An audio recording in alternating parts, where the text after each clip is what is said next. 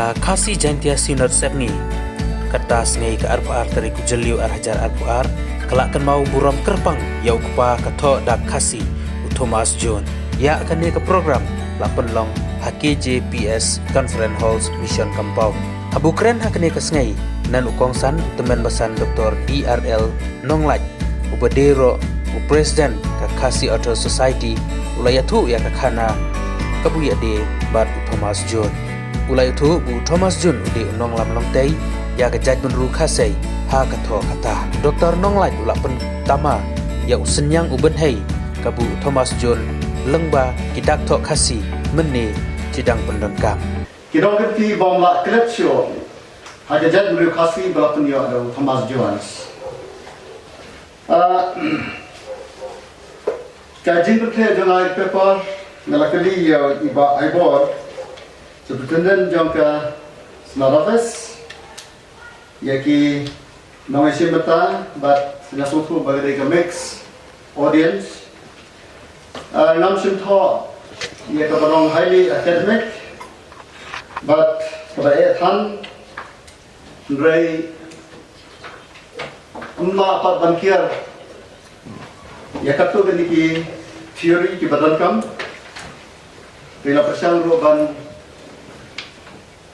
elaborate kenam badan dam long ka be but yesi kala long tang kahin towards theorizing Thomas John's mission in Casahels lani la banong hint towards theologizing Thomas John's mission in Casahels. Kamu dari ke cikren babin kotro, dari naga benta jongi lesi ngalaban, nunda simpan di rapor la kataro nunda ban pendekatan, ini yang tu ya ke Pepal kepala arben,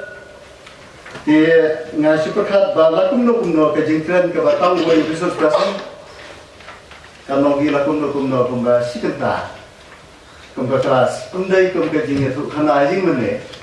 ke bala kau mana tanya sikenta, dia diverse kidai ki nongsha tombor ki English. Hagi sini kita nak kena but somehow Thomas Jones kilami ki jingile persya sorkan but ki jing kang snong ha nagapo or sagapo ki balakta ajur ye kasuk kasan reveals ada senap kat spotlight ko kendai keladan ki jingile persya ke bajur Hamid Wales balatit kum ka charges violence ke balapan ra skor ye ke London Nigel Jenkins utho the governance of Britain was in crisis throughout this turbulent period. Kabamot bahag ta por ladan kaji kabakraw ye sarkar ro ban te lakam ye ke jile persa